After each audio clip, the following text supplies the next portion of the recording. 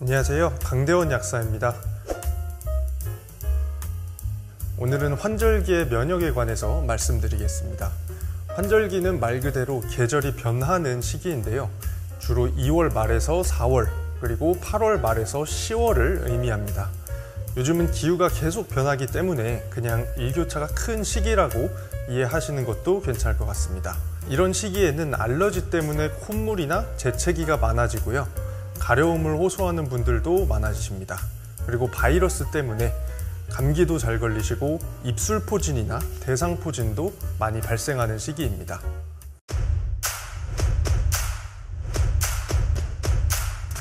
이런 증상은 면역력이 약해졌을 때 잘 나타나는데요.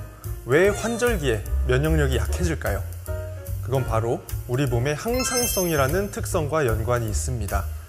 항상성이란 말은 우리 몸의 상태를 일정하게 유지한다는 뜻인데, 이 중에서도 특히 체온을 유지하기 위해서 많은 에너지를 사용을 합니다. 왜냐하면 체온을 유지하려고 여러 가지 호르몬이 합성이 되고 또 소모가 되면서 신경계를 조절을 하는데, 이 한 단계 한 단계에서 다 에너지가 필요하기 때문입니다. 특히 일교차가 큰 날은 에너지가 더 많이 필요해져서 면역체계에서 사용해야 할 에너지와 호르몬까지 끌어다가 쓰게 됩니다. 호르몬 중에서는 코티솔이라는 호르몬이 있는데요.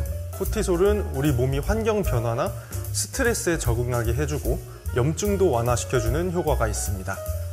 이 염증 완화 작용 때문에 코티솔은 면역체계에서도 중요한 호르몬인데요.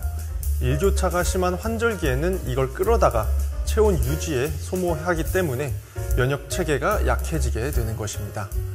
실제로 한 연구에서 일교차가 1도 증가하면 심혈관 질환이 있는 노인의 경우 사망률이 2.46% 증가하는 것으로 나타나서 심혈관계와 호흡기계에 만성질환이 있으신 분들은 특별히 주의해야 한다고 발표했습니다.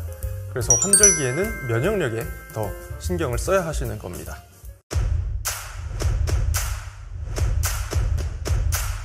환절기의 면역력을 지키기 위해서 우리가 할 수 있는 건 크게 3가지가 있습니다. 바로 운동, 휴식, 영양소 섭취입니다. 우선 운동을 하라고 말씀드리는 이유는요. 운동을 하면 혈액순환과 림프순환이 더 활발해지기 때문입니다.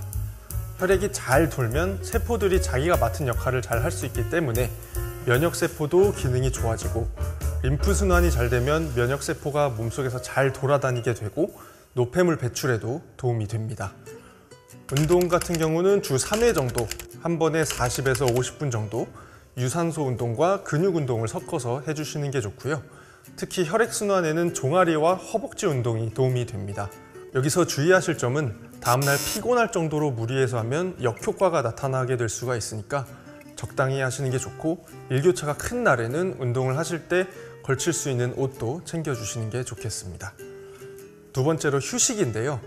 몸에서 에너지를 재생시키려면 당연히 충분한 휴식이 필요합니다. 잠을 자는 동안 세포가 재생이 되고 또 피로 물질들이 없어지기 때문에 잠을 잘 자는 게 굉장히 중요합니다. 또 잠을 충분히 못 자면 우울증이나 집중력 저하 같은 증상도 오는데, 이런 스트레스도 다 면역력 악화로 이어지니까요.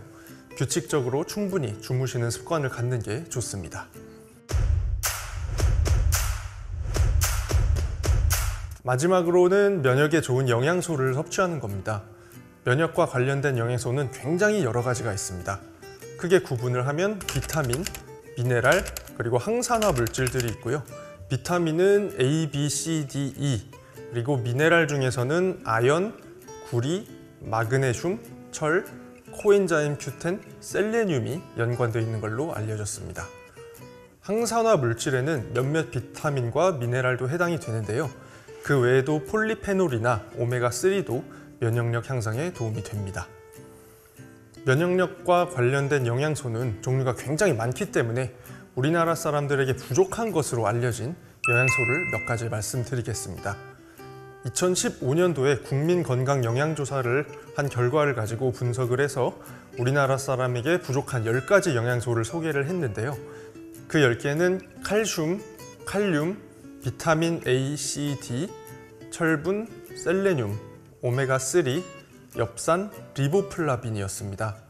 한마디로 우리나라 사람들에게 부족한 10대 영양소 중에 칼슘과 칼륨을 제외한 8가지가 모두 면역력과 관련이 있다고 볼 수가 있겠습니다. 이 8개의 역할을 간단히 말씀드리겠습니다. 우선 비타민입니다. 비타민 A는 면역세포의 기능을 향상시켜주고 점막을 튼튼하게 해줘서 세균이나 바이러스로부터 우리 몸을 보호해줍니다. 비타민 B2라고 불리는 리보플라빈은 에너지 합성과 세포 성장, 지방 대사에 관여를 합니다. 에너지를 만들어주고 면역세포 성장에도 관여를 해서 리보플라빈이 부족해지면 감염성 질환에 잘 걸리게 됩니다. 그리고 술을 마시거나 피임약을 복용하시면 리보플라빈이 잘 파괴되기 때문에 해당되시는 분들은 비타민 B 섭취에 더 신경 써주시는 게 좋습니다. 비타민 B군에 속하는 게 하나 더 있는데요. 바로 비타민 B9인 엽산입니다. 엽산은 세포를 만드는 과정에서 핵산을 만들고 단백질을 생성하는 데 필요하기 때문에 면역세포 활동에도 영향을 미칩니다. 비타민 C는 선천 면역계와 후천 면역계를 모두 강화해줍니다. 구체적으로는 백혈구의 기능을 높여주고 바이러스나 세균을 잡아먹는 활동을 활발하게 해줍니다. 비타민 D도 C와 마찬가지로 선천 면역계와 후천 면역계에서 여러 가지 조절 기능을 해줍니다. 한 대규모 연구에서는 비타민 D가 부족하면 알레르기, 천식, 염증성 장질환, 자가 면역 질환 같은 면역 관련 질환들이 많이 발생하는 것으로 나타나기도 했습니다. 다음은 미네랄인데요. 우리나라 사람한테서 부족한 미네랄 중에는 철분과 셀레늄이 있었습니다.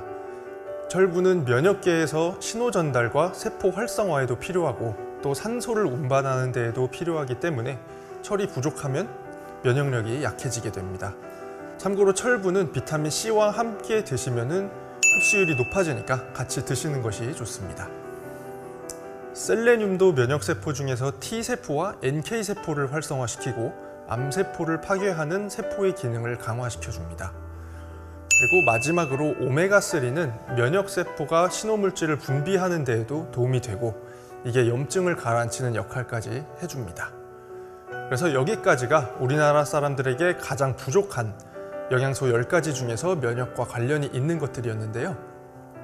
이 중에 비타민 A, 비타민 C, 셀레늄, 오메가3는 항산화 기능도 있어서 세포나 조직이 손상되는 걸 막아주기도 합니다. 이 외에도 유산균이나 항산화 효능이 있는 식물 유래 물질인 폴리페놀 같은 것들이 면역 강화에 도움이 됩니다. 그런데 우선적으로 챙겨 드셔야 하는 게 오늘 말씀드린 비타민, 미네랄, 오메가3입니다.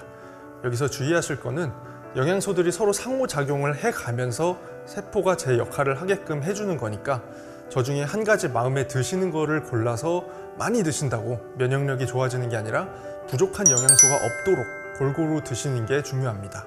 식단을 마음대로 조절할 수 없거나 환절기에 알러지나 감기에 잘 걸리시는 분들은 제가 말씀드린 영양소가 들어간 건강기능식품을 드시는 게 면역력 관리법으로 좋습니다. 요즘은 환절기도 환절기지만 코로나 바이러스 때문에 면역력을 챙기는 게 중요하니까요. 비타민, 미네랄, 오메가3 잘 챙겨 드시고요.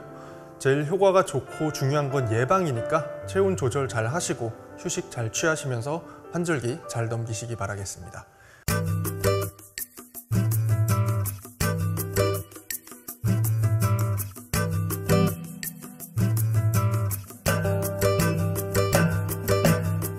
오늘 준비한 내용은 여기까지입니다. 지금까지 강대원 약사였습니다. 감사합니다.